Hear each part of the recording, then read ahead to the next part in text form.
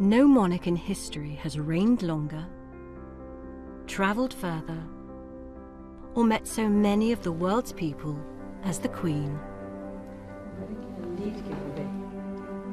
Turn around the other way, because that's where the camera is. For 7 decades, the Queen has crisscrossed the globe by land, sea, and air. And then I flew home by Concorde, which was the only way I could get home in time to open Parliament in London. Bringing together what she calls her family of nations, the Commonwealth.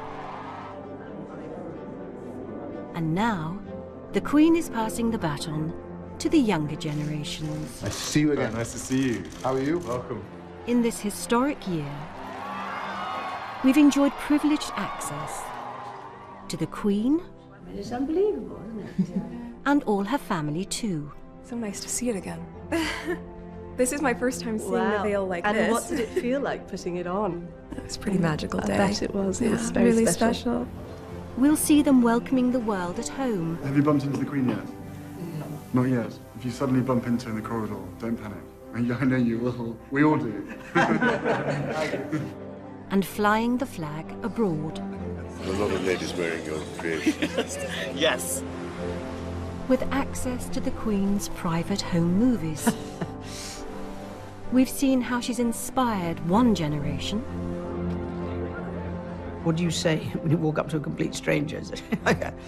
So you learn by experience, but... And encouraged the next. You'll make me blush. Stop. And we've captured the excitement as a new Commonwealth journey begins. 53 countries as well, my goodness. It'll keep us busy. This is the British royal family on the global stage. And the story of how our Queen has come to be seen by millions as Queen of the world.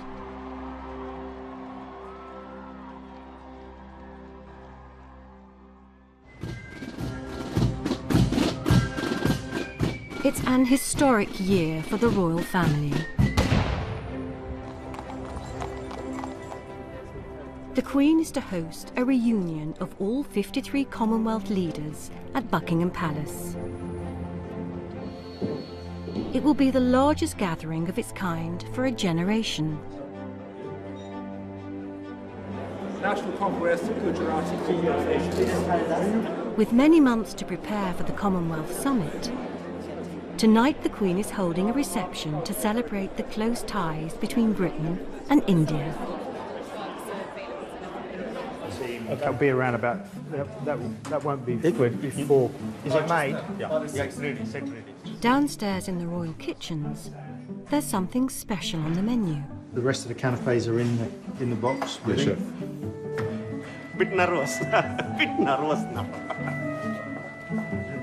Yeah. It's always the race against the time in the kitchen because you got one eye on the clock. A lot of people come to Buckingham Palace once in their life. The last thing we want is people going home saying, oh, it was amazing, I didn't think much of the canapes.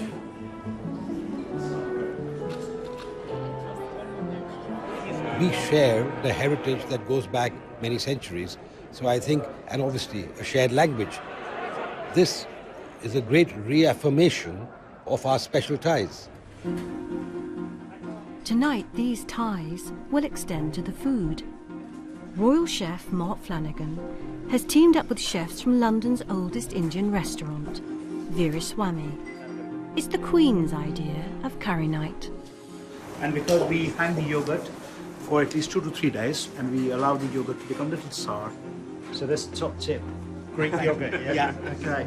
So we've got a beautiful English rhubarb creme brulee tartlet, and then we've got the raspberry here. Different spices coming through, tamarind, then mint and yogurt. I think your tandoori prawn cocktail is a triumph, and we're hoping that will be very popular this evening.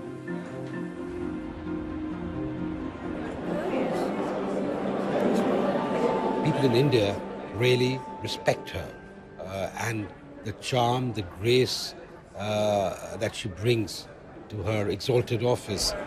I must confess I didn't eat too much because I'm putting on a lot of weight, but I did try and sample a few things. The cuisine is excellent. The special relationship between Britain and India goes back to the beginning of the Commonwealth story. An era has ended, a new epoch begins. A subcontinent larger than the whole of Europe becomes two self-governing dominions within the British Commonwealth of Nations.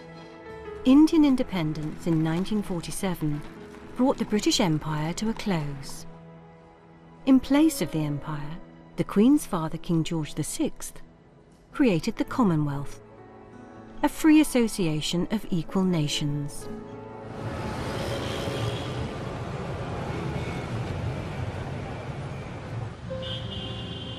At the British High Commissioner's residence in Delhi, they're preparing for the arrival of the Prince of Wales and the Duchess of Cornwall. Everybody's really calm until the day they arrive. Yes, so to speak. My staff has everything under control till I discover otherwise.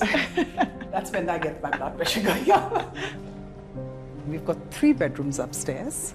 This is the main room, the principal room, which we call the Prince's Room.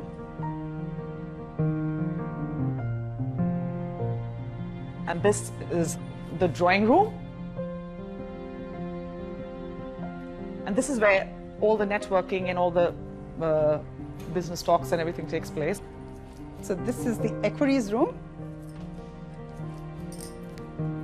Yeah, it's not anything compared to 5-star hotels. It is a very humble room. They are not the only ones preparing for the royal visit. At a school across the city, the children and teachers are planning a special welcome for the Prince of Wales. All that they know is that the Prince of a faraway country is visiting us. It's okay, you have to be the same. You don't have to be nervous कि पता नहीं क्या होने वाला है. The Prince is coming to see you all because you all are the best. So you have to be the best. Okay? Don't feel shy. He's a very nice man. Visiting India informally, Prince Charles arrives at Palam Airport. He is greeted by India's Vice President, Mr. B.D. Jatti. Prince Charles first came to India at the age of 27. With him was his great-uncle, Lord Mountbatten, who had been the last Viceroy of India before independence. The Republic's Prime Minister, Mrs. Indira Gandhi. People don't always understand about the concept of duty. It's a strange thing. I think a lot of the time you have to be brought up to understand what it actually means. Minding about other people, minding about, what happens in this country and the Commonwealth. That's the only way. And there are masses of people who need to be encouraged and thanked. The Prince is due at the school in an hour's time.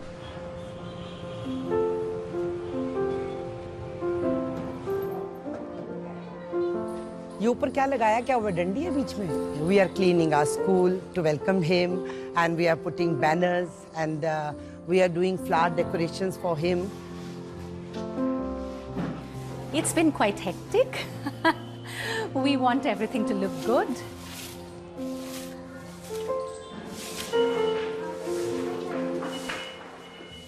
But a call comes through with some unexpected news. Okay. Delhi air quality is really poor right now, and the government has ordered a shutdown of schools. And so we had to cancel the Prince's visit. The children were ready with their song and they were prepared.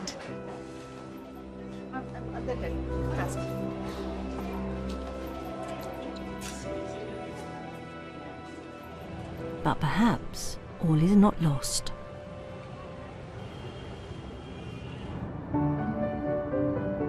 Back in London, diplomatic preparations are underway for a very different royal encounter. Good morning. Good morning, Your Majesty.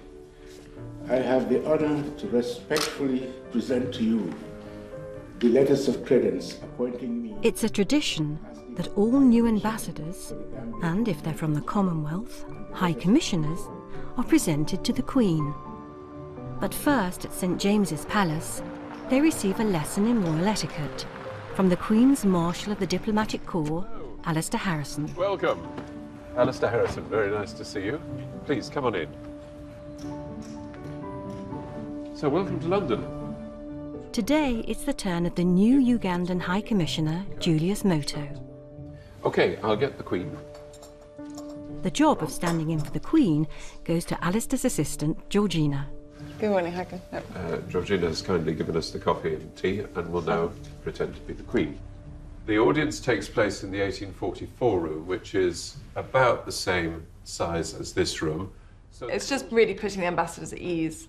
It's nice for the ambassadors to be able to visualise there's someone standing there.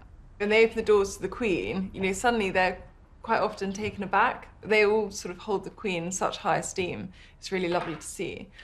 So lots of them say, I just think it's just like with Georgina in the rehearsal. Perfect. You need to stand, if you stand a little bit to the right so that you can see the Queen. Quite often when I see some of them afterwards, they say, oh, it's Her Majesty. It's a lovely way to be remembered. At the Ugandan High Commission, the big day has arrived. We're excited because our High Commissioner is getting his first welcome to meet the Queen of England. Today is a very important day for me. I'll be presenting my letters of credence to Her Majesty the Queen. He looks beautiful. I really like him. I'm very excited about the whole process. Very excited. Commonwealth ambassadors don't just get the title of High Commissioner. The Queen sends 4 horses to pull their carriage, instead of 2. I'm trying to feed the royal horse. Feeding it the royal carrot.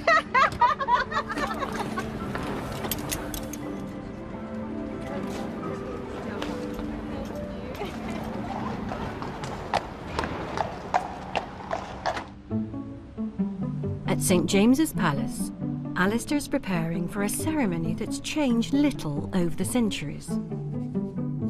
So this is the sword, which I could draw if I needed to, but of course I have no idea how to use the sword, so there wouldn't really be much point. And then this is the tunic, which goes on over the sword. I wear a sword because it was always the tradition that in the olden days ambassadors came for one of 2 reasons, either to declare war or to make peace. And my chain of office has a medallion which has 2 sides. One side has the olive branch, the symbol of peace, and that is the side that I will wear outwards today. But just in case, it can be turned round with a sword. And if I was wearing the sword outwards, then Her Majesty the Queen would know that the ambassador had come for a rather different reason. But today, the High Commissioner is most definitely coming in peace. The High Commissioner for the Republic of Uganda, Mrs. Eunice Abeja-Moto, Your Majesty. The tradition is for the new diplomats to give the Queen a sealed letter containing their credentials. Your Majesty. Thank you very much indeed. Now the High Commissioner can begin his term of office. Eunice Abeja-Moto. You've got your family here too, haven't you? Oh, that's good. They're all in school? Yes. It was nice, very nice, well executed. I had a very good presentation of my credentials. The Queen talked about her own visit to Uganda in 2007 to the High Commissioner, who greatly appreciated that, so I think everything went very well indeed.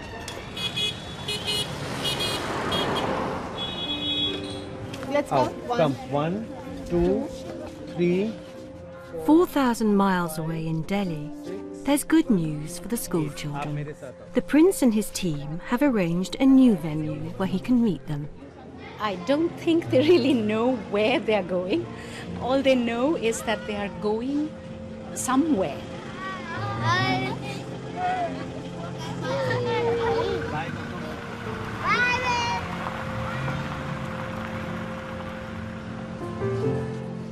The children have arrived at the British Council building in the centre of Delhi.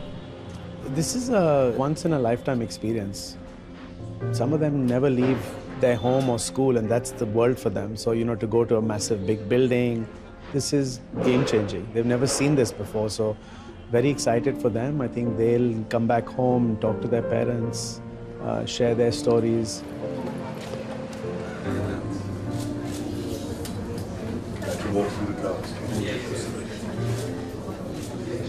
If Sir will give you permission, you can ask your questions now. Raise your hands. Raise your Depends hands. what they are, really. Now, on earth am I going to choose?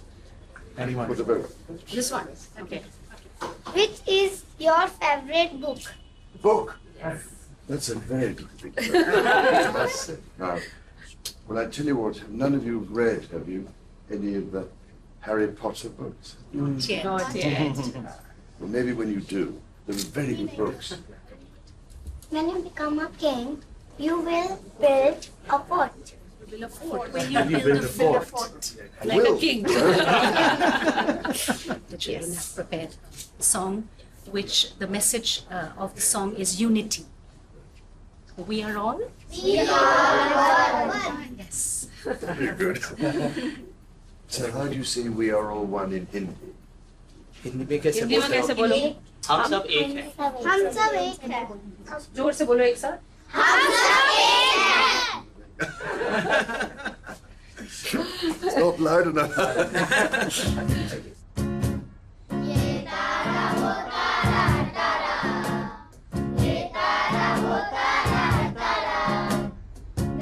I thought the children did marvelously well, and I'm so proud of them.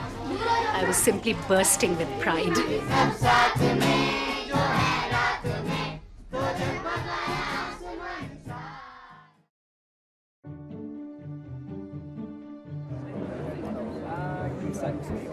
The Queen has appointed Prince Harry as her Commonwealth Youth Ambassador. Today he's at Commonwealth HQ in London. 60% of the Commonwealth's 2.4 billion citizens are under 30. The newlywed Duke and Duchess of Sussex have already made a big impression. I recall that for their wedding gift, they wanted the money to go towards charities and donations. So from the onset, I see that they are interested in development and in people. I think that's great. I think that's really inspiring.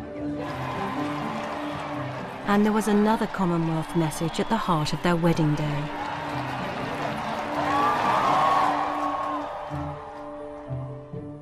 It was important for me, especially now being a part of the royal family, to have all 53 of the Commonwealth countries incorporated, and I knew that it would be a fun surprise as well for my now husband, who didn't know.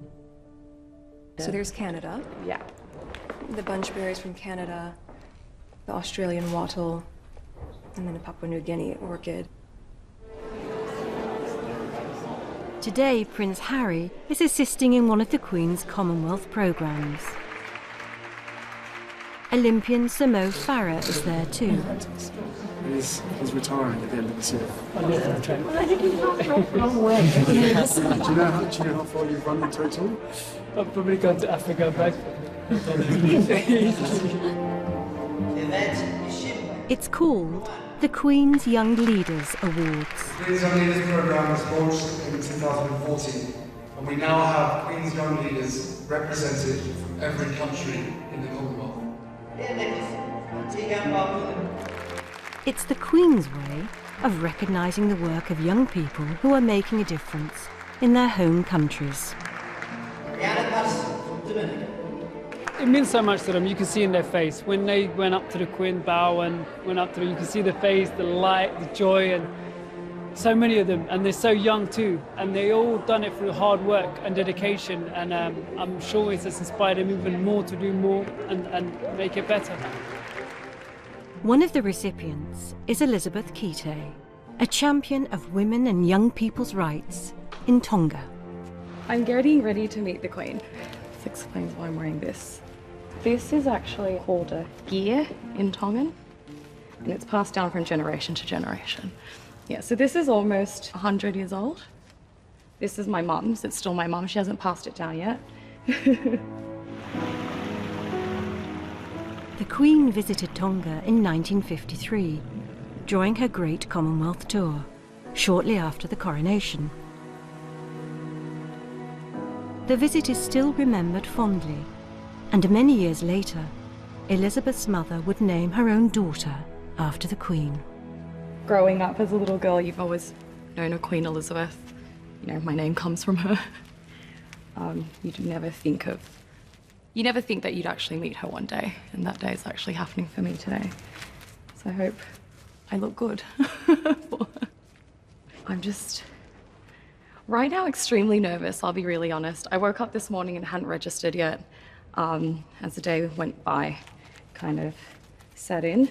Okay, so I think that's secure. And yeah, now, you know, I've got my outfit on, ready to actually meet her. Yeah, I'm getting a little nervous. Here we go. Okay, I think I'm ready.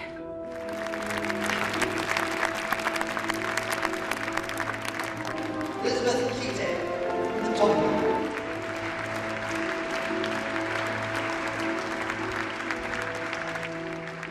It all feels very dreamlike.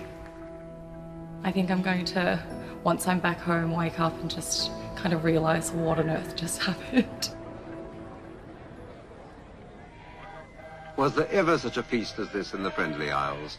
Certainly Queen Salote meant it as a unique event, the fame of which would spread round the world. Here were all the riches of the Pacific and the Coral Isles. Here was happiness and goodwill in abundance, as the two queens sat there side by side. That's just the Tongan way. We don't have much. We're very poor, but we come together and we give all that we can when we can. This was a very important time for the Queen as well as ourselves, so it's just so nice to see how well we came together. But before Elizabeth heads home, there's a last-minute surprise. Elizabeth? Hello. Hi. How are you doing? Good, how are you? Good. I've got some news, some very exciting news. You and two of your fellow Queen's Young Leaders are going to have a private audience with Her Majesty the Queen in Buckingham Palace. Are you serious? Quite serious. Oh my God. Okay. Wow. I wasn't expecting that. No. Wow. Connection's so bad. Elizabeth calls her sister. I'll just tell you because the connection's so poor, but I've been selected to go meet with Her Majesty tomorrow with two other Queen's Young Leaders. So it's just us three that actually get to have a chat with her in person. Isn't that cool? I know. I don't know why I'm crying. I keep crying.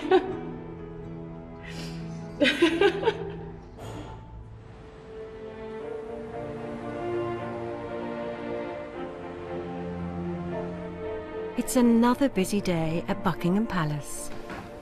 The Governor-General of Papua New Guinea has flown 9,000 miles to be knighted by the Queen. His Excellency, the Governor-General of Papua New Guinea, and Lady Caroline, Her Majesty.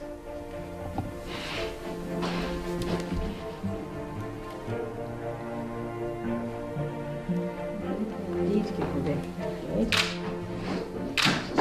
Very nice to see you. Turn around the other way because that's where the camera is. It is indeed a privilege for me, so I'm really happy to sit in that office. Very nice. I hope you're quite happy too. Yes. Come take a seat. It is a dream for many people who commit their life to serve people. Only very few get recognition. And I happen to be one of those very few from Papua New Guinea. Can you open it? Yes, No, this door. Push it open. That's right. Thank you. Otherwise they can't get in. Yes. I'm extremely nervous. I'm shaking just a little bit, but I just need to try and stay composed. Miss Elizabeth Keating, Majesty.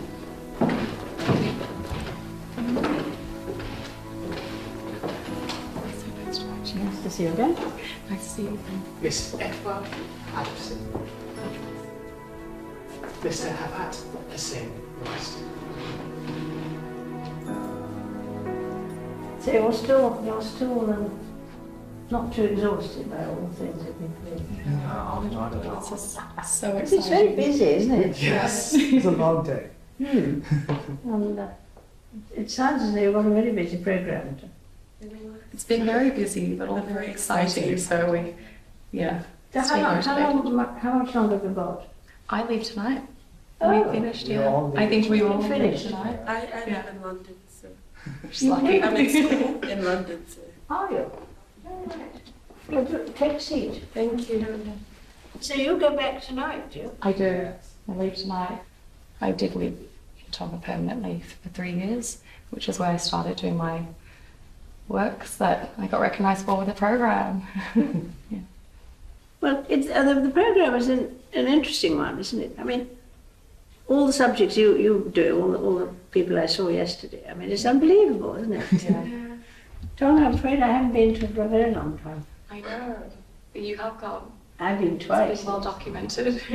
I've actually watched the documentary. Have you? Absolutely, yeah.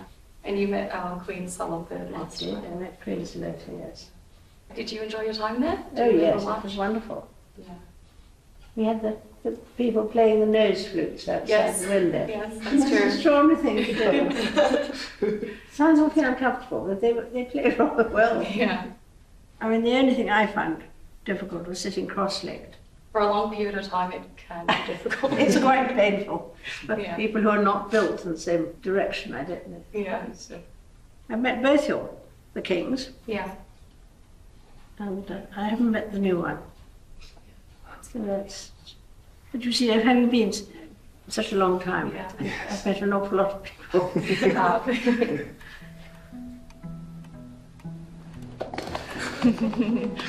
I just had a chat to the Queen. I will just take leave. I'm gonna wake up tomorrow and be like, did that happen? I don't quite know. Honestly, anything really is possible. Whatever it is that you dream to be, you can actually achieve.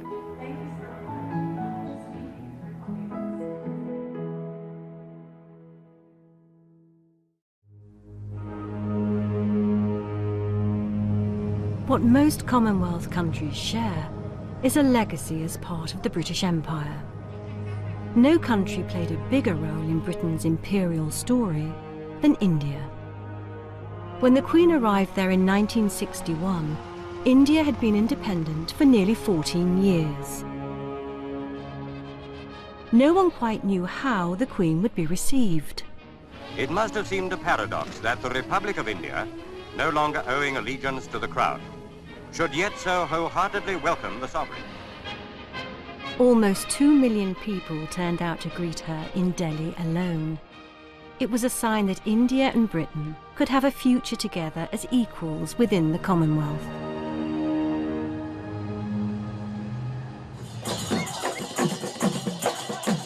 There have been more than a dozen royal tours to India since then. In 2016, the Duke and Duchess of Cambridge made their first visit. For Prince Charles, this is his 9th trip. The Prince of Wales and the Duchess of Cornwall are hosting a party at the High Commissioner's residence. It's an event to raise awareness of India's endangered wild elephants. Nice to see you. I love your turquoise elephant. Thank you so much. Is this all painted? No, it's actually stickers. How long? 3 months. 3 months? 3 I'm months of not dedication. surprised. You must have had very tired eyes. Very tired. The event has brought together a group of Indian celebrities who have each created an elaborately decorated elephant. Among them is one of India's most famous fashion designers, Sunit Varma.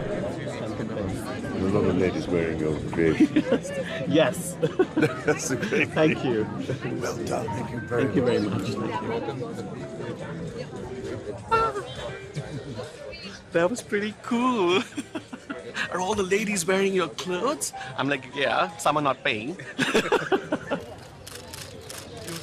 I have a huge amount of respect for the relationship and the love that he's shown our country. The idea of the Commonwealth is obviously to do good.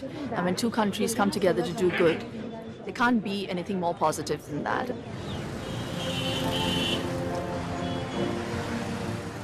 India's 1.2 billion citizens make up half of the entire Commonwealth's population. But it's been nearly 10 years since an Indian Prime Minister has attended a Commonwealth summit. With the historic reunion soon to happen in London, the Queen has asked Prince Charles to pass on a personal invitation to Indian Prime Minister Narendra Modi.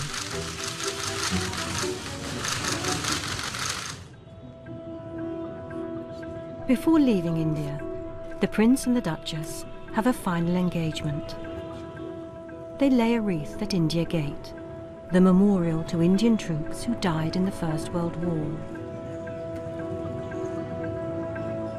On every Commonwealth tour, the royal visitors pay tribute to those who gave their lives.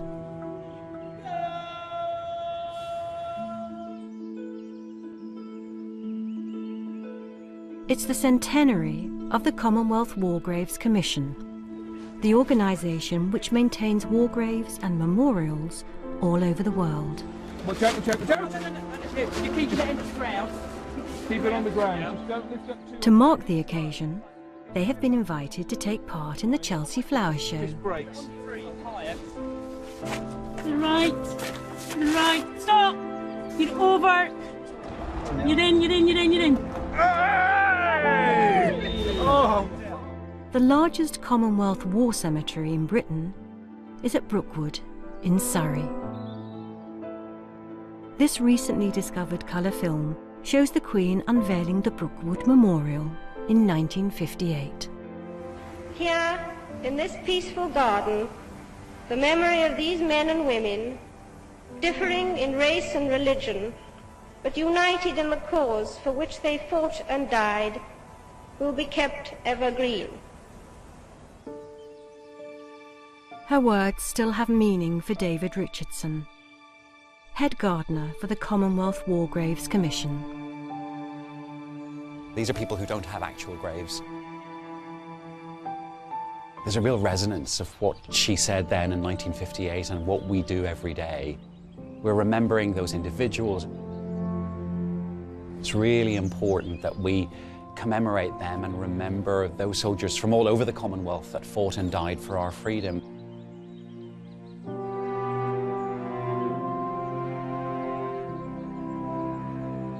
It's so peaceful. It's a very emotional thing to wander around, given that beauty and that peace, and see all of these different graves. You then get a sense of the breadth of the Commonwealth, because there's soldiers from all different parts of the Commonwealth that were fighting in so many different campaigns.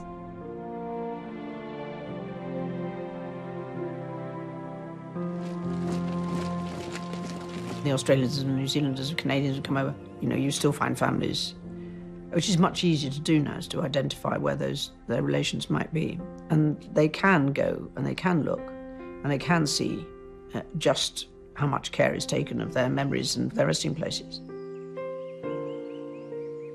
We often try and put in planting that somehow reflects the burials in the cemetery. So we've got this, Canadian plot, but we've got the petals on these tulips, which are in the shape of a maple leaf. The maple leaf from one of the trees here in the cemetery.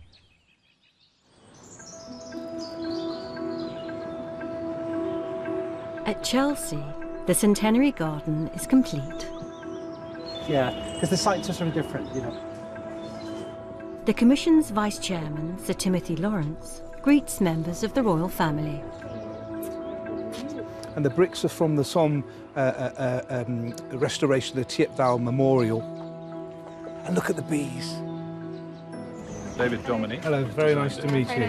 David Richardson, Director of Horticulture for the War Graves Commission. Each little leaf, there's 154 of them, and they represent, each one represents a country with a war grave site. Oh, that's really lovely. So sort of personalised. Yeah. So 154 countries, 850 gardeners.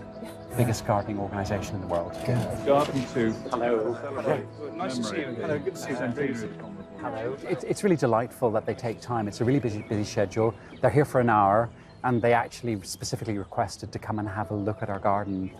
So it's really lovely. It's really lovely, and it's sort of the end of a perfect day for us. For garden designer David Dominy, this day has a special significance. My grandfather fought in the First World War, was blown up in the trenches, so there was that connection.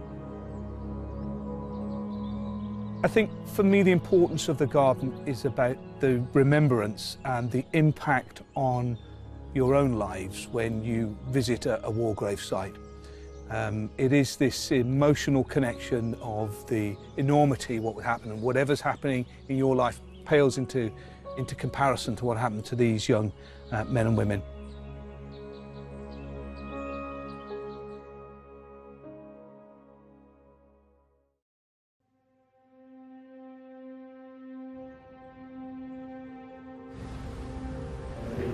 Prime Minister of Trinidad and Tobago. Buckingham Palace is getting ready for the Queen's Commonwealth Summit. Prime Minister of New Zealand.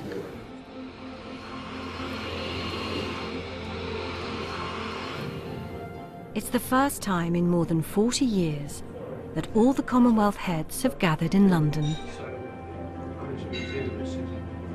This is hugely special. Being a retired admiral, I'd say this is all hands on deck. This is a full ship's company effort.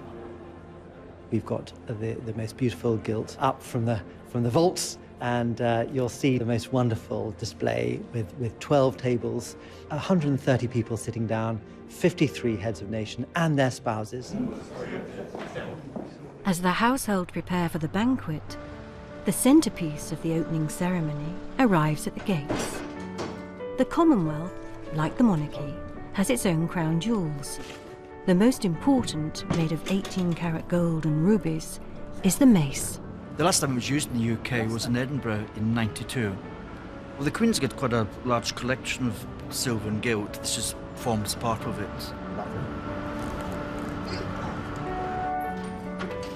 The Commonwealth mace is being transported to the State Ballroom, where it will sit before the Queen at the opening ceremony.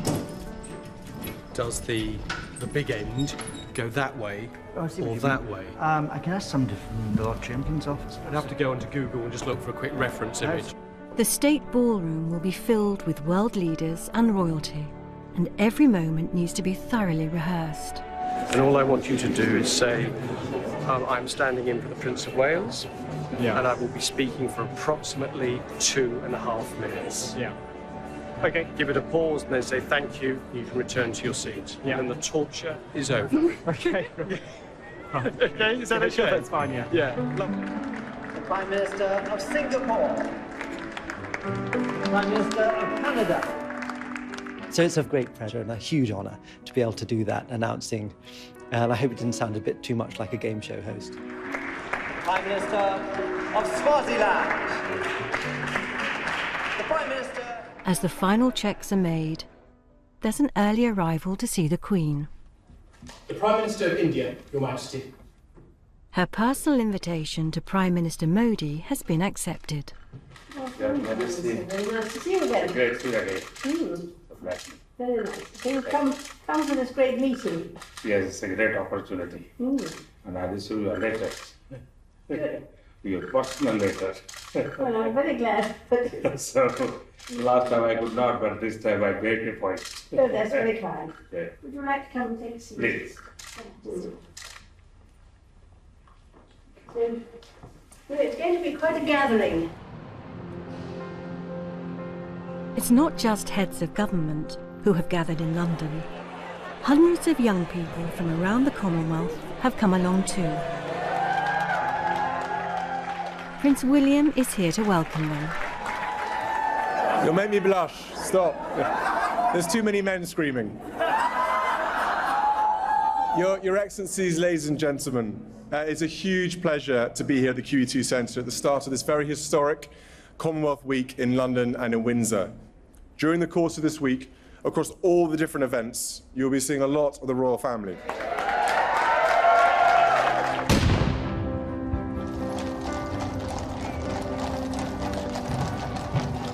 The Commonwealth leaders begin to arrive at Buckingham Palace. The Queen has invited the heads of government into her own home. It's exciting for them, I think. They're really enjoying it. Judging by the atmosphere, it's great. We're all friends now. This is the most exciting day you can imagine.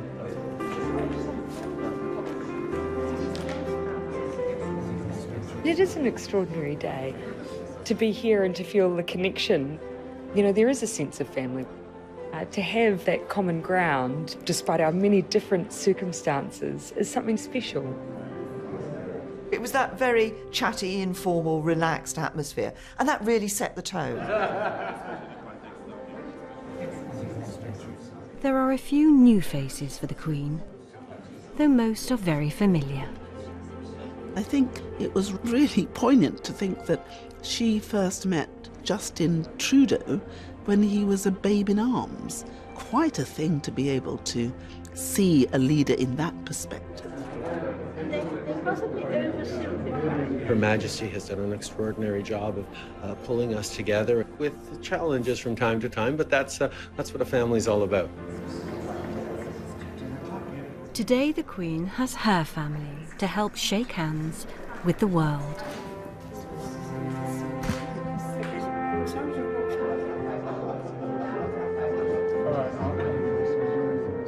Prince Charles and the Duchess of Cornwall greet New Zealand's Prime Minister. The Prime Minister of Kitts and Nevis is meeting the Princess Royal. Oh, no, I'm not staying. Princess Royal. Good morning. Very nice to see you. While Prince Andrew is due to greet the Prime Minister of Trinidad and Tobago.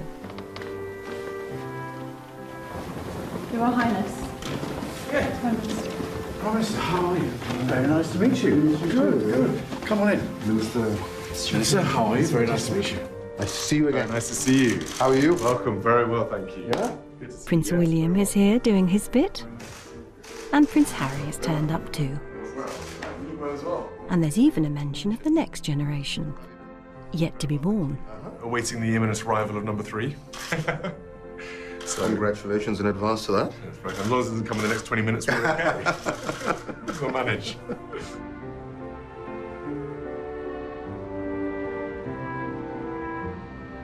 In 1949, at the invitation of George VI, 8 nations gathered in Buckingham Palace to agree the London Declaration. The modern Commonwealth was born, with the King at its head.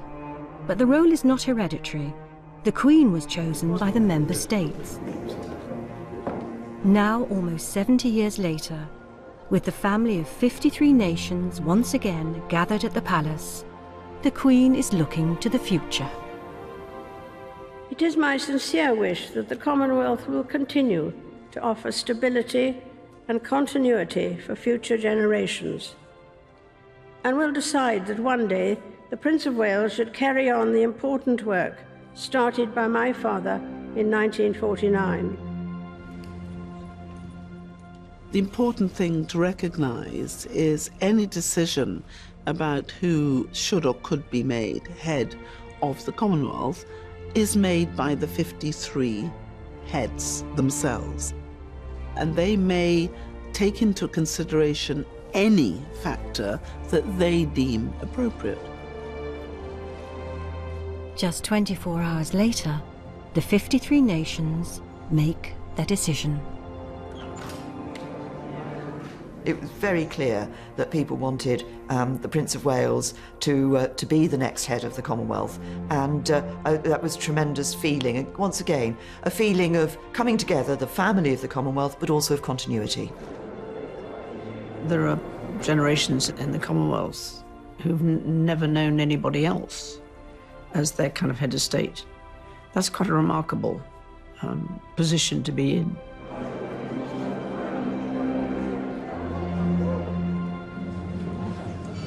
One of the most important aspects of this second Elizabethan age, which we have witnessed, has been the transformation of the British Commonwealth, largely due to the stewardship, guidance, and leadership of Queen Elizabeth II. She has been the rock that has kept this organization steady and true to its positive beliefs, and in its capacity to be a force for good in our world. Everybody wanted to say thank you. They really felt the enormity of her sacrifice and her commitment and her faithfulness, and they also wanted to say to her, the baton will go on and we won't let you down.